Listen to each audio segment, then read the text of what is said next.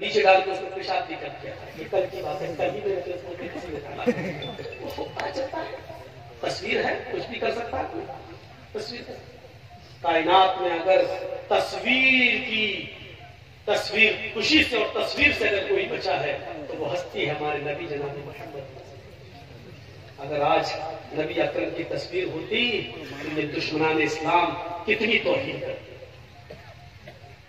अगर आज अल्लाह के रसूल का फोटो होता तो कितनी तौहीन करते, कैसे निकालते, कैसे कुत्तों के सामने डालते, कैसे खींचते। अल्लाह तेरा शुक्र है कि तूने हमारे नबी जनाब मोहम्मद रसूलुल्लाह सल्लल्लाहु अलैहि वसल्लम को दुश्मनान इस्लाम की इन भयानक चालों से तूने महफूज करवा। तो मेरे भाइयों, श्रीमद् भागवत गीता के अध्याय 6 और मंत्र नंबर 10 देखिए। योगी उज्जीत सततमात्मानं रहस्य स्थितः एकाकी अत्यध्यात्म निराशीर परिग्रह। इसमें पहले ही शब्द योगी आया, लेकिन आप लोग यूपी वाला योगी मत समझो। ये श्रीमद् भागवत गीता वाला योगी है और यूपी वाला योगी नहीं है, ढोंगी है। दोनों में फर्क है। योगी उज्जीत सततमात्मानं रहस्य स्थितः। ईश्वर की जब पूजा करो तो योगी बन जाओ। योगी योगी उज्जीत सततमात्मानं रहस्य स्थितः। ईश्वर की जब पूजा करो तो पूरे शरीर का योग करो। पूरे शरीर का योग सिर्फ नमाज में होता है। देख लीजिए आप करके। हिंदू धर्म में क्या होता है, मूर्ति के सामने खड़े हुए ओम नमः शिवाय, सिर्फ गर्दन का योग हो रहा है बस, पूरे शरीर का नहीं। पूरे शरीर का योग अगर देखना है तो आओ नमाज में। देखिए ये हाथ हिल रहे हैं, अल्लाह, ये हाथों की एक्सरसाइज, पॉजिटिव रेजिस दौड़ रहे हैं। फिर आपकी गर्दन सजदे की जगह पर, सर्वाइकल का सबसे बेहतर इलाज। लेकिन ऐसा ना, ऐसे करेंगे आप नमाज पढ़ना, घड़ी देखेंगे, इमाम साहब सूरह बकरा पढ़ना शुरू कर दिए, आप घड़ी आप ऐसा अल्लाह। अब देखिए आप नीचे सजदे की जगह पर आप रहिए, 1 मिनट खड़े रहिए। ये गर्दन के सर्वाइकल का बेहतरीन इलाज। आर्थो स्पेशलिस्ट से पूछिए जो हड्डी के डॉक्टर हैं, ये इलाज। अल्लाह अकबर कहकर रुकू में जाइए। हड्डी, रीढ़ की हड्डी इतनी सीधी कर लो कमर कि पानी का भरा हुआ प्याला या बर्तन आपकी पीठ पर रखा जाए तो गिरे नहीं। इस तरह रुकू होना चाहिए, पीठ बिल्कुल ऐसी सीधी। ये रीढ़ की हड्डी की एक्सरसाइज, कमर की एक्सरसाइज। फिर सजदे में जब जाइए तो ब्लड सर्कुलेशन आपके दिमाग तक, ब्रेन हेमरेज नहीं होगा उस आदमी को जो 5 वक्त की नमाज पढ़ता है। क्यों? क्योंकि 5 वक्त इंसान जब सजदा करेगा तो सजदा एक ऐसी, आप खड़े हैं, सर्कुलेशन ब्लड का दिमाग तक नहीं जा पाएगा। या जो स्पीड आपके दिमाग को खून की चाहिए, खून की जो रगे हैं दिमाग की, वहां जो खून पहुंचना चाहिए जितना, हालत स्टैंडिंग में, खड़े होने की हालत में नहीं पहुंच रहा। जब आप सजदा कर रहे हैं तो ब्लड का सर्कुलेशन आपके दिमाग के नसों तक पहुंच रहा है। ये ब्रेन हेमरेज से आपको बचाता है और आपके दिमाग और भूल चूक की बीमारी से आपको दूर रखता है। ये पूरे शरीर का एक्सरसाइज सिर्फ नमाज के अंदर। योगी उज्जीत सततमात्मानं।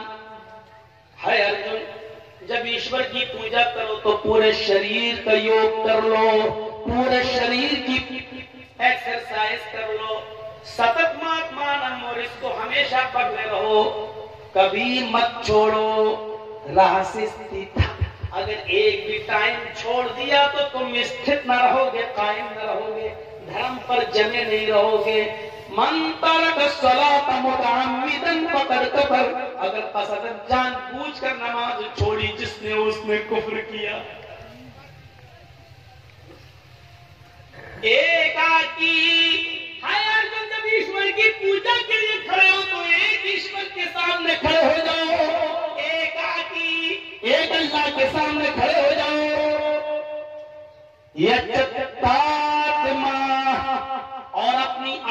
आत्मा को उसी की तरफ लगा दो, पूरा दिमाग उसी की तरफ लगा दो। देखिए अल्लाह, पूरा दिमाग को ही लगना चाहिए, ऐसे ऐसे नहीं। ये चित्तात्मा, अपनी आत्मा को उसी की तरफ लगा दो।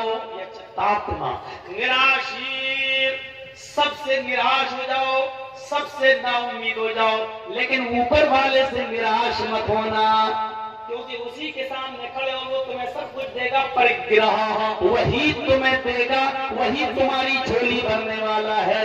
सबसे निराश हो जाना, लेकिन उससे नहीं। हृदय नमः, जब खड़े हो तो अपने हृदय सीने पे हाथ रख लेना। हिंदू भाइयों रख लेते हैं, आपने देखा होगा, हृदय ये सीने पे हाथ रखना, सीने पे। हम लोग भी सीने पर रखते हैं, बहुत से लोग नमाज पढ़ते हैं तो नीचे भी रखते हैं, अपना अपना है कर रहे हैं। ये दौर नहीं है किसी के खिलाफ बोलने का। इस वक्त हमें और आपको सबको एक प्लेटफार्म पे आने की जरूरत है। ये मौका नहीं है मसलकों के झगड़े में उलझने का। बहुत लड़ चुके हैं हम और आप, अब अल्लाह के वास्ते प्लेटफार्म पे आ जाइए। अपने आपसी झगड़े छोड़कर, यूपी में फार्मूला इस्तेमाल किया जा रहा है, मुसलमानों को आपस में लड़ाया जाए। अल्लाह करे कि यूपी वालों को बंगाल वालों की तरह फैला जाए। अल्लाह करे कि यूपी वालों को बंगाल वालों से इबरत मिल जाए और बंगालियों से कुछ सीख कर एक प्लेटफार्म पे आ जाए। अगर वहां एक हो गए तो इंशाअल्लाह सेकुलर पार्टी आ सकती है। और अगर हम बट गए तो मैंने कभी कहा था कि तुम तो राजा नहीं बन सकते मुसलमानों, तुम तो राजा नहीं बन सकते, लेकिन हकीकत ये भी है कि तुम्हारे बिना कोई दूसरा भी राजा नहीं बन सकता है। अगर तुम अपनी ताकत को पहचान लो, तुम अपनी ताकत को पहचान लो। वहां बांटने की कोशिश की जा रही है, बंटवारा किया जा रहा है, मसलकों में भी बांटने की कोशिश की जा रही है। अल्लाह ताला हम तमाम मुसलमान भाइयों को एक प्लेटफार्म पे कायम करे।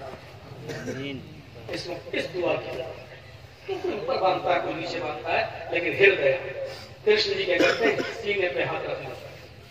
नमा, सर सजदे की जगह पे झुका लो। नमा, सर नीचे झुका लो।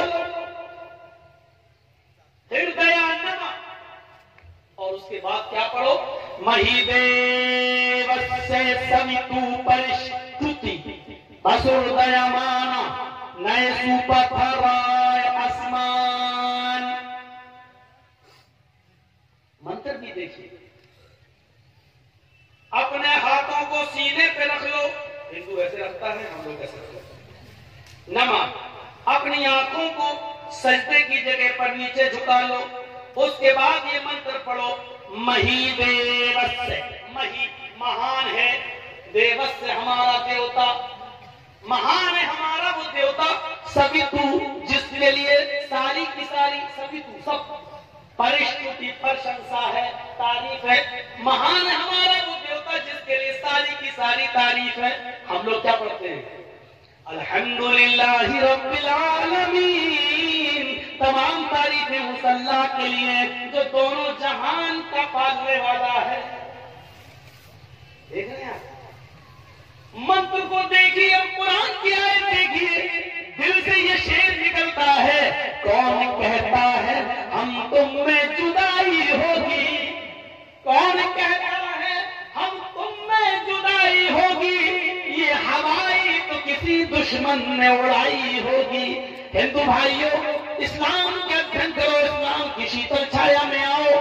जैसे हमने तुम्हारी किताबें पढ़ी, तुम हमारे कुरान को पढ़ो, नबी के फरमान को पढ़ो, तुम्हें बहुत कुछ सीखने को मिलेगा। कौन कहता है हम तुम में जुदाई होगी, ये हवा तो किसी दुश्मन ने उड़ाई होगी। हाँ, हम थोड़ा सा ये चेंजिंग करके ये कह सकते हैं, अगर वो शायर जिंदा होता तो मोहब्बत चाह लेते, क्षमा मांग लेते। उसके शेर में थोड़ी सी चेंजिंग करता हूँ, कौन कहता है हम तुम में जुदाई होगी, ये हवा तो योगी और मोदी ने उड़ाई होगी। यही लोग तो चाहते हैं कि हम लोग एक हो। हम और आप एक हैं, भाषाएं बदली हुई हैं, लेकिन शिक्षा एक है। से कह रहे हैं, उसके बाद ये मंत्र पढ़ो, बसु दयामाना, वो बड़ा कृपालु और दयावान है।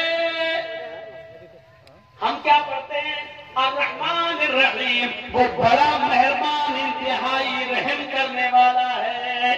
कृष्ण जी अर्जुन से कहते हैं, दोनों हाथ को सीने पे रखकर सर को झुकाकर ये पढ़ो, नए ऊपर फहराए आसमान, नए नाव को पार करने वाले, मुसीबतों को दूर करने वाले, नाव को पार लगाने वाले, यानी मुश्किल में काम आने वाले, नहीं सुंदर पथमानी रास्ता, सुंदर पथमानी रास्ता, हमको सुंदर रास्ते पे चला, नहीं सुपथराय आसमान, आए नाव पार लगाने वाले, आए मुसीबतों को दूर करने वाले, हमको सुंदर रास्ते पे चला, हमको अच्छे रास्ते पे चला।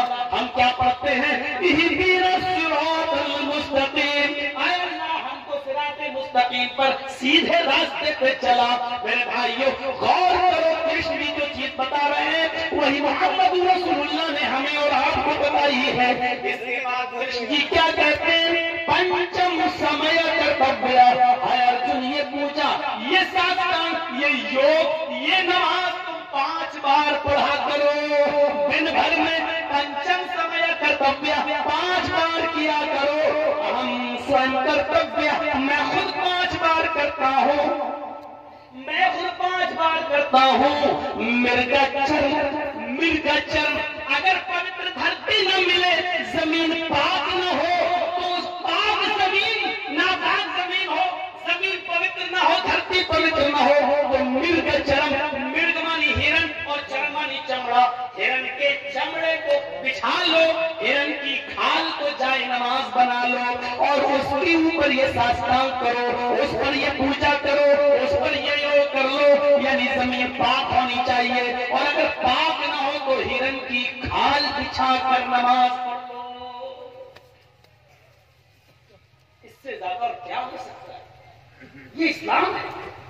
और इसीलिए कहा, जो इस्लाम को छोड़कर कोई दूसरा रास्ता अख्तियार करेगा वो कबूल नहीं किया जाएगा। दूसरी चीज बताई, वो अन्ना मोहम्मद रसूलुल्लाह, मोहम्मद अल्लाह के रसूल हैं। तौहीद के साथ दीन रिसालत भी जरूरी है। आइए जरा मोहम्मद रसूलुल्लाह को देखें, हिंदू धर्म की किताबों में, अपने भाइयों की किताबों में हम तलाश करें। पहले एक जहन बना लीजिए, दुनिया में जितने भी धर्म हैं, इंपॉर्टेंट चीज, जितने भी दुनिया में धर्म हैं, उन धर्मों के अंदर उस धर्म के महान पुरुष को महान पुरुष नहीं रहने दिया है, इंसानियत से निकालकर भगवान का दर्जा दे दिया है। आइए देखते हैं। सिखों में देख लीजिए गुरु नानक, लेकिन गुरुद्वारे में चले जाइए लिखा होगा नानक भगवान, इंसान नहीं रहे। जैनियों में चले जाइए महावीर जी, उनके मंदिर पे लिखा होगा महावीर भगवान। गौतम बुद्ध के पास चले जाइए, और नेपाल में लुम्बनी में उनका बहुत बड़ा मंदिर बना हुआ है। मुझे जब प्रोग्राम हुआ था नेपाल में, तो वहां के लोग घुमाने के लिए ले गए, देखा लुम्बनी में वो गौतम बुद्ध जिनकी एक पत्नी थी, वो गौतम बुद्ध, उस पत्नी से जिनका एक बेटा पैदा हुआ जिसका नाम राहुल था, शादीशुदा जिंदगी गुजारने वाला वो बुद्धा अचानक दुनिया की जिंदगी से परेशान हो जाता है और सच्चाई की तलाश में अपनी बीवी और बच्चे को छोड़कर जंगल में चला जाता है। और सच्चाई की तलाश में रहते रहते उसी जंगल के बियाबान जंगलों में उसकी मृत्यु हो जाती है। शादीशुदा जिंदगी, एक बीवी और एक बच्चे को छोड़ देना बहुत आसान है, लेकिन मोहम्मद रसूलुल्लाह सल्लल्लाहु अलैहि वसल्लम की 11 बीवियां और खदीजा से 6 बच्चे, मारिया किप्तिया से एक बेटा, फिर वो बीवियां जिनसे आपने, जिनके पहले शौहर जिनको तलाक दे दिए थे या मर गए, अल्लाह के नबी ने उन बेवा औरतों से जो निकाह किया था, वो औरतें अपने पुराने शौहरों के बच्चे लेकर आई, बच्चों को पालना, उनके बच्चों को पालना, अपने बच्चों को पालना, करना, बच्चों का कदर करना, ये किसी जवान मर्द इंसान का काम हो सकता है, लेकिन एक बीवी और एक बच्चे से तंग आकर दुनिया को छोड़ देना और बीवी और बच्चे को छोड़कर जंगल में चला जाना और सच्चाई की तलाश में रहते रहते उसी जंगल में मृत्यु पा जाना, ये बहुत आसान काम है। बीवियों को पालना और बच्चों की परवरिश करना ये बहुत मुश्किल काम है। अल्लाह के रसूल ने 11 बीवियों को भी देखा। दूसरी बीवियां जो दूसरे शौहरों की थी और जो इंतकाल कर गए थे, नबी अकरम ने जब उन औरतों से शादी की तो अपने पहले शौहर, पहले पति के बच्चे भी लाए, उन बच्चों को भी पालना, फिर उनकी शादियां भी कराना। मेरे भाइयों, ये दिल गुर्दे का और कलेजे का काम है। आज बहुत सी संस्थाएं ऐसी हैं जो यतीम और गरीब लड़कियों की शादियां कराती है। मेरे भाई को मुबारकबादी के लायक है वो संस्थाएं, वो तंजीमें होना चाहिए। गरीब लड़कियों की शादी का बंदोबस्त और इंतजाम हो, और यही काम जनाब मोहम्मद रसूलुल्लाह सल्लल्लाहु अलैहि वसल्लम ने किया। तो राह आज गौतम बुद्ध का मंदिर देख लो, वहां जाओगे तो आप देखेंगे बुद्ध भगवान, महावीर भगवान, नानक भगवान, बुद्ध भगवान। ईसाइयों में चले जाओ, ईसा अलैहिस्सलाम जो अल्लाह के नबी थे, ईसाइयों ने उनको भी बंदगी से निकाल दिया, सन ऑफ गॉड कह दिया, अल्लाह का बेटा। बल्कि ईसाइयों का एक तबका और एक फिरका तो 3/1 तफसीर का कायल है। 3/1 यानी ईसा, मरियम और अल्लाह, ये तीनों एक है और एक ही तीन है। ईसा ही अल्लाह है, ईसा ही मरियम है, मरियम ही ईसा है, मरियम ही अल्लाह है, अल्लाह ही ईसा है, अल्लाह ही मरियम है। यानी एक तीन है, तीन एक है। ये ईसाइयों में ये चला आया, सन ऑफ गॉड, अल्लाह का बेटा। दुनिया में जितने भी मजहब उठाइए, उनके मानने वालों को देख लीजिए, उन्होंने इंसान नहीं रहने दिया। हिंदू भाइयों में चले जाओ, उन्होंने राम को भगवान का दर्जा दे दिया और कृष्ण जी को भी भगवान का दर्जा दे दिया। आप दो रामायण खरीद के ले आए और पढ़े, वाल्मीकि रामायण भी लाए और रामचरितमानस भी ले आए। रामचरितमानस जो तुलसीदास जी ने लिखी है, वो अभी जदीद नई है, वो नई है, तुलसीदास जी वाली वो है नहीं। उसमें भगवान का दर्जा दे दिया राम को, और वाल्मीकि जी की रामायण में वाल्मीकि जी ने राम को भगवान माना ही नहीं है, राम को इंसान माना। आज भी दोनों रामायण मौजूद हैं। वाल्मीकि जी राम को एक काल्पनिक मनुष्य इंसान मानते हैं, और तुलसीदास जी ने उनको भगवान का दर्जा दे दिया है।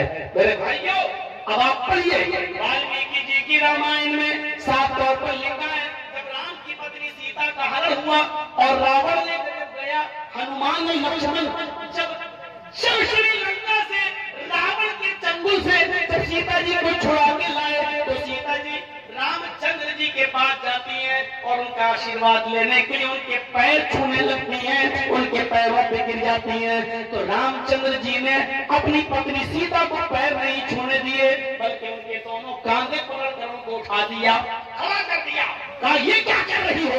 आपको प्रणाम कर रही हूँ, आपको नमस्कार कर रही हूँ, आपके पैर छू रही हूँ। तो रामचंद्र जी ने जो जुमले कहे, जो शब्द कहे, वो वाल्मीकि रामायण में है, राम रामाय नमः, राम रामाय सत्यम अस्मि। सीता तुम मेरे पैर मत छू, मैं तो तेरा राम हूँ। सीता तुम मेरे पैर मत छू, मैं तो तेरा राम हूँ। राम रामाय नमः, एक राम तेरे राम का भी है, एक राम तेरे राम का भी है। राम रामाय नमः, सीता को उसके सामने सर झुका जो तेरे राम का राम है, यानी एक अल्लाह के सामने सर झुका। राम रामाय सत्यम अस्मि, इसलिए कि राम का ही राम सच्चा है। राम रामाय नमः, इसलिए कि राम का ही राम सच्चा है। ये सीता जी को रामचंद्र जी ने कहा, जो वाल्मीकि रामायण में आज भी मौजूद है। रामचंद्र जी ने अपने पैर नहीं छूने दिए। इस्लाम क्या कहता है? इस्लाम कहता है कि कोई बाप कितना भी बुजुर्ग हो, लेकिन बेटा अपने बाप के पैर नहीं छू सकता, अपनी माँ के भी पैर नहीं छू सकता। माँ के कदमों के नीचे जन्नत है, वो तलाश करे, यानी खिदमत करके जन्नत में जाने की कोशिश करे। लेकिन माँ के कदमों के नीचे जन्नत होने का मतलब ये नहीं है कि वो अपने माँ के पैर छुए। वक़ज़ा रब्बुका अल्ला तअबुदू इल्ला इय्याह, और तुम्हारे रब ने ये फैसला कर दिया है कि तुम अल्लाह के अलावा किसी और की इबादत नहीं करोगे। वबिल वालिदैनि एहसाना, और फौरन कह दिया अपने माँ बाप के साथ एहसान करो, यानी पहले इबादत अल्लाह की और अल्लाह की इबादत के बाद माँ बाप के साथ एहसान। वबिल वालिदैनि एहसाना, एहसान क्यों कहा? एहसान में हर नेकी शामिल है। बाप के पैर में दर्द हो रहा है तो उसका पैर दबाना एहसान है। अगर बाप के सर में दर्द हो रहा है तो उसका सर दबाना एहसान है। बाप बिस्तर पर लेटा हुआ है, चाहता है कि बेटे लेटे लेटे बोर हो गया हूँ, जरा घर के बाहर मुझे टहला दो, घर के बाहर जरा मुझे हवा खिला दो। तो बेटे की जिम्मेदारी अपनी पीठ के ऊपर लाद कर अपने बाप को घर के बाहर का चक्कर लगवाए, घुमाए। बाप बीमार है तो उसका इलाज कराए, ये एहसान है। एहसान हर उस नेकी को कहा जाता है जो माँ बाप को जिस नेकी की जरूरत है, माँ बाप को जिस चीज की जरूरत है, उस चीज को पूरा कर देने का नाम एहसान है। इसलिए अल्लाह ने ये नहीं कहा कि अपने माँ बाप के पैर दबाओ, ये नहीं कहा कि अपने माँ बाप की खिदमत करो, बल्कि ये कहा वबिल वालिदैनि एहसाना, तुम्हारे बाप को जिस चीज की जरूरत है वो जरूरत उसकी पूरी करो, ये एहसान है। ये एहसान है। इम्मा यबलुगन्ना इंदकल किबरा अहदुहुमा व किलाहुमा फला तकुल लहुमा उफ़्फ़िन वला तनहरहुमा, जब उन दोनों में से कोई एक या वो दोनों तुम्हारी जिंदगी में बुढ़ापे को पहुंच जाए तो तुम उनसे उफ़ भी मत करो, भी मत करो। ये भी नहीं कर सकते। मसलन मेरे बाप बीमार है, बिस्तर पर लेटे हैं और मैं कंप्यूटर पर काम कर रहा हूँ, बहुत जरूरी इंपोर्टेंट बिजनेस का काम, और बाप लेटे हैं। बेटा जी अबू एक गिलास पानी ला दो। कंप्यूटर बंद किया और गए पानी ला के दे दिया। अल्लाह की कसम सवाब नहीं मिलेगा। क्यों? तुमने ये तुम्हारे मुंह से जो निकल गया, यानी बाप ने पानी मांगा और तुम कंप्यूटर पे कोई इमरजेंसी काम कर रहे हो, अचानक बेटा जी एक गिलास पानी ला दो। उठे, लाए, दिया, पिलाया, अपने हाथ से उनका सर पकड़ के पिलाया, सब कुछ किया, लेकिन जो निकल गया इसने तुम्हारी इस नेकी को बर्बाद कर दिया। कुरान कहता है फला तकुल लहुमा उफ़्फ़, जब वो इस उम्र को पहुंच जाए तो तुम यह है बाप का, यह है बाप का मकाम। लेकिन इतना ऊंचा मकाम होने के बावजूद ये नहीं कहा कि तुम अपने बाप के पैर छू नहीं छू सकते, क्योंकि सर झुकाना सिर्फ एक अल्लाह के सामने जायज। और आगे यहां तक अल्लाह के नबी ने फरमाया अगर अल्लाह के अलावा सर झुकाना सजदा करना किसी को जायज होता तो अल्लाह के नबी फरमाते कि मैं औरतों को हुक्म देता कि वो अपने हस्बैंड्स, अपने शौहरों को सजदा करें। अगर अल्लाह के अलावा सजदा करना किसी को जायज होता तो मैं औरतों को हुक्म देता कि वो अपने शौहरों को सजदा करें। लेकिन बीवी भी अपने शौहर को सजदा नहीं कर सकती है, इसलिए कि सजदा सिर्फ अल्लाह का हक है, बंदा सिर्फ अल्लाह ही को कर सकता है और किसी को नहीं। मेरे भाइयों इस मकाम को समझने की कोशिश करो। दुनिया में जितने भी धर्म हैं उन लोगों ने अपने अपने मज़ाहिब के महान पुरुषों को इंसानियत से निकाल दिया, लेकिन दुनिया में एक धर्म ऐसा है और वो है इस्लाम, जिसमें आज भी मोहम्मद रसूलुल्लाह को भगवान का, खुदा का, अल्लाह का दर्जा नहीं दिया गया है। हमने अपने महान पुरुष को इंसान ही का दर्जा दिया है और इंसान ही रहने दिया है। कुरान चीखता है, ऐलान करता है कुल इन्नमा अना बशरुम मिस्लुकुम, ऐ नबी कह दो कि मैं तुम्हारी तरह का एक बशर हूँ, कह दो कि मैं तुम्हारी तरह का एक इंसान हूँ। तुम चलते फिरते हो, मैं भी चलता फिरता हूँ, तुम उड़ते बैठते हो, मैं भी उड़ता बैठता हूँ, तुम शादी ब्याह करते हो, मैंने भी शादी ब्याह किए, तुम्हारे माँ बाप दादा परदादा थे, तुम्हारे भी माँ बाप दादा परदादा थे, तुम्हें बच्चे थे, तुम्हारे बच्चे, तुम मेरे भी बच्चे थे, तुम्हें बुखार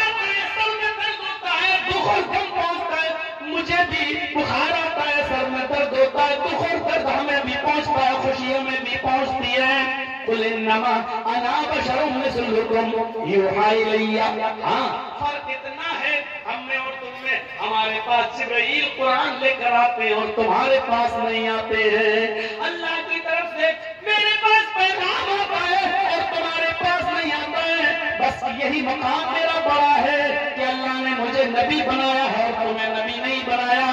अल्लाह ने तुम्हें पैगंबर नहीं बनाया और मुझे पैगंबर बनाया है।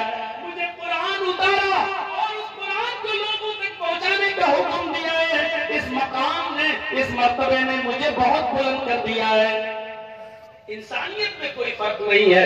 मेरे भाइयों गौर करिए, एक शख्स अल्लाह के नबी सल्लल्लाहु अलैहि वसल्लम के पास आता है। एक शख्स अल्लाह दूर देहात का रहने वाला अल्लाह के नबी के पास आया।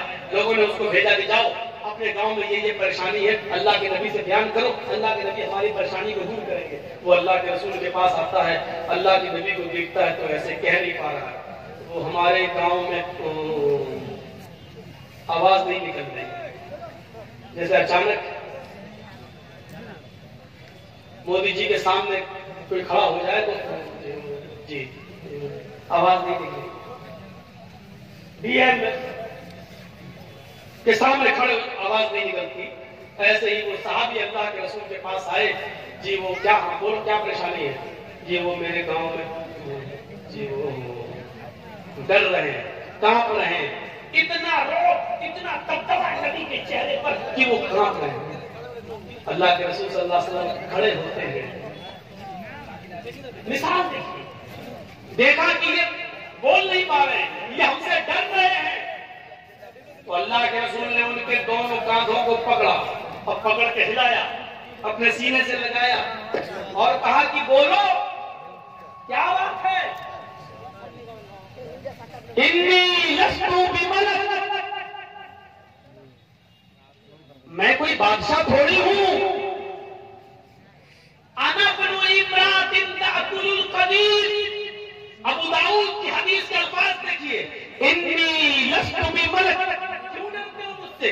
मैं कोई बादशाह थोड़ी हूं, मैं बादशाह थोड़ी हूं। अना बनु इम्रातिन ताकुलुल कदीर, अरे मैं भी तो ऐसी माँ का बेटा हूं, मुझे भी तो उस माँ ने अपने पेट से बाहर निकाला, मुझे भी तो ऐसी माँ ने अपने पेट से जना है जो गोश्त के सूखे टुकड़े खाती थी। ताकुलुल खदीर, जो सूखा गोश्त खाती थी। खदीर किसको कहते हैं आपको बता दूं, थोड़ी देर और बैठ जाइए, दीन की बात मैं बताने जा रहा हूँ। ताकुलुल खदीर अरब में क्या होता था, गोश्त ऊंट सिवा किया, नहर किया तो 4-5 किलो गोश्त के टुकड़े ऐसी धूप में डाल देते, धूप में, और नमक लगा के, साल्ट वगैरह लगा के ऐसे ही उसको खुश्क कर लेते थे और उसको अपने घर में रखते थे। 1 महीने बाद, 2 महीने बाद, 3 महीने के बाद गोश्त पकाने का दिल होता था तो उसी में से थोड़ा सा काटा और पका लिया, आधा किलो काटा और पका लिया। तो गोश्त के बड़े बड़े टुकड़ों को नमक लगाकर और धूप में सुखाया जाता था और ये गोश्त खिलाया जाता था। 6-6 महीने, 8 महीने चलता था। इसको बोलते कदीर अपनी जबान में। अनबनु इम्रातिन ताकुलुल कदीर, मैं ऐसी माँ का बेटा हूँ जो गोश्त के सूखे टुकड़े खाती थी। ये कहकर आपको उसका डर दूर किया। क्यों डरते? बिल्कुल नहीं। उसने तब सोचा, हाँ अल्लाह के रसूल भी तो मेरी तरह के इंसान है, एक माँ के बेटे हैं। फिर उसने अपनी बात रखी। ये था नबी अकरम सल्लल्लाहु अलैहि वसल्लम की सादगी, ये थी नबी अकरम सल्लल्लाहु अलैहि वसल्लम की संजीदगी कि आपने उसके दिल से डर को खत्म करने के लिए क्या कहा, मैं भी एक ऐसी माँ का बेटा हूँ जिसको ताजा गोश्त भी खाने को नहीं मिलता था, गोश्त के सूखे टुकड़े खाती थी। मुझे भी उस माँ ने पैदा किया है। तुलसीदास जी ने संग्राम पुराण का हिंदी अनुवाद किया है, आसान हिंदी में। उसमें तुलसीदास जी ने लिखा है, गौर कीजिएगा इन मंत्रों को जो मैं आपके सामने पढ़ रहा हूँ। संग्राम पुराण की स्कंद 12 के अंदर तुलसीदास जी ने संस्कृत का हिंदी अनुवाद आसान हिंदी में यूं किया है, यहाँ पक्षपात कुछ न राखूं, वेद पुराण सत सत भाखूं, देश अरब भरग लता सहाय, सोतियल भरंग सुनो घगुराए। जब तक तब तक मत्ती कोया, बिना महामद पार न होया, राजनीति भव्य प्रीति दिखावे, आपन मत सबका समझावे, आपन मत सबका समझावे। अब एक चीज को देखिए, यहाँ पक्षपात कुछ न राखूं, तुलसीदास जी कहते हैं आज मैं किसी की तरफ नहीं बोलूंगा, जो सच है वही बताऊंगा। आज मैं किसी न हिंदू की तरफ न मुसलमान की तरफ, आज मैं किसी की तरफ नहीं बोलूंगा, जो सच सच है वही बताऊंगा। क्या यहाँ पक्षपात कुछ न राखूं, देश अरब भारत लहा, सब देश अरब भारत लता सहाय, अरब मुल्क, अरब का शहर, सितारे चांद की मांग चमकेगा, सोतियल धर्म गत सुनो खगुराए। उसके अंदर अनहोनी बातें, चमत्कार, मुअज्जिज़े दिखलाने वाली एक हस्ती पैदा होगी, मुअज्जिज़े दिखलाने वाली, चमत्कार दिखलाने वाली एक हस्ती पैदा होगी। राजनीति भव्य प्रीति दिखावे, वो राजनीति करेगा, सियासत करेगा, आपन मकसद का समझावे, नरमी की जगह नरमी करेगा और सख्ती की जगह सख्ती करेगा। नरमी भी करेगा और सख्ती की जगह सख्ती भी करेगा। अल्लाह के नबी ने नरमी भी की और सख्ती भी की, सख्ती की तो इतनी नरमी की, तो इतनी नरमी की क्या आपने अपनी बेटी ज़ैनब के कातिल जिसने तीर मारा था हिमालय में असमत में, और वो नबी अकरम की बेटी ज़ैनब के पेट में लगा था, ज़ैनब के पेट में बच्चा था, वो पेट फट जाता है और अल्लाह के नबी की बेटी ज़ैनब के पेट का बच्चा जमीन पे गिर जाता है। अल्लाह के नबी सल्लल्लाहु अलैहि वसल्लम को जब इस बात का पता चला पाए, हजरत ज़ैनब को उठाया मदीने ले गए, लेकिन बच्चा जाया हो चुका था।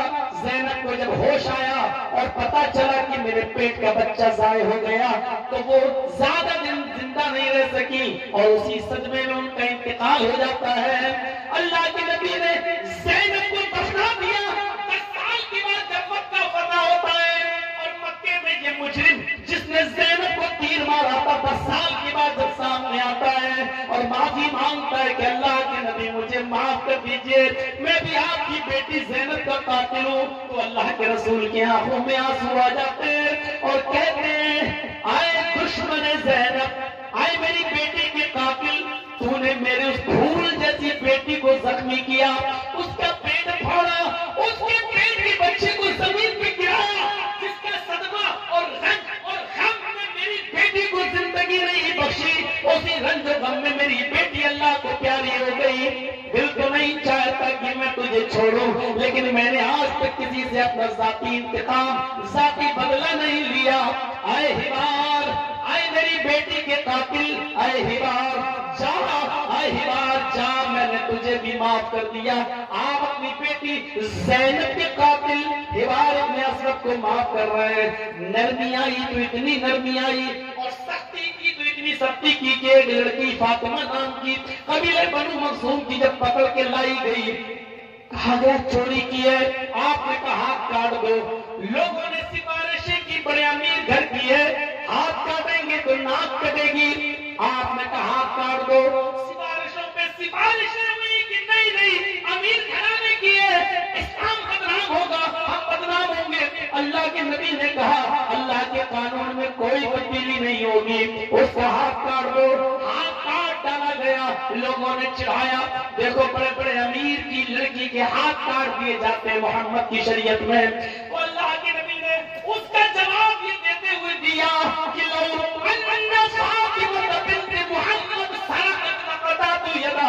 वो तो कबीले बनु मखसूम की लड़की फातिमा थी जिसने चोरी की, हाथ काटा, जिसका हाथ काटा गया। अगर उसकी जगह पर मेरी अपनी बेटी फातिमा भी होती, मेरी अपनी बेटी फातिमा ने भी चोरी की होती, तो मैं अपनी बेटी का हाथ भी कटवा देता। ये इंसाफ, अदल, ये कहकर जिंदा रखा मेरे भाइयों। इसीलिए आज के हिंदू भाइयों की किताबों में मोहम्मद रसूलुल्लाह को मोहम्मद के नाम से आज भी जिक्र किया गया है। इतने साल गुजर जाने के बाद भी लफ्ज मोहम्मद वो अपनी किताबों से हटा नहीं पाए। जब तक मद्दी कोया मदमानी मीठी कोया मानी आवाज, जब तक मीठी आवाज यानी कुरान दुनिया में बाकी रहेगा, बिना मोहम्मद पार न होया कोई, उस वक्त तक बिना मोहम्मद की कोई अपनी जिंदगी गुजार नहीं सकता। यानी कुरान पर अमल करना है तो मोहम्मद रसूलुल्लाह के तरीके पर चलना पड़ेगा। तो उस वक्त तक कोई बिना मोहम्मद के पार नहीं होगा सल्लल्लाहु अलैहि वसल्लम। मोहम्मद नाम तो इतनी जगह वेदों में आया है कि आप दंग रह जाएंगे। अज्ञान हेतु किरत मोह मदांधिकारम नाशम विधायक का मोहम्मद नाम का एक अंतिम ऋषि आएगा। अज्ञान हेतु किरत मोह मदांधिकारम मोहम्मद आएंगे, अंतिम ऋषि अंतिम पैगंबर आखिरी नबी होंगे। अंधिकारम नाशम, जब धरती पर आएंगे तो अंधेरे को नाश कर देंगे। यानी उनके आने से पहले अंधेरा ही अंधेरा होगा, लेकिन वो अपने आने के बाद अंधेरा नाश कर देंगे। मोहम्मद रसूलुल्लाह के आने से पहले कितना अंधेरा था, कितना अंधेरा था।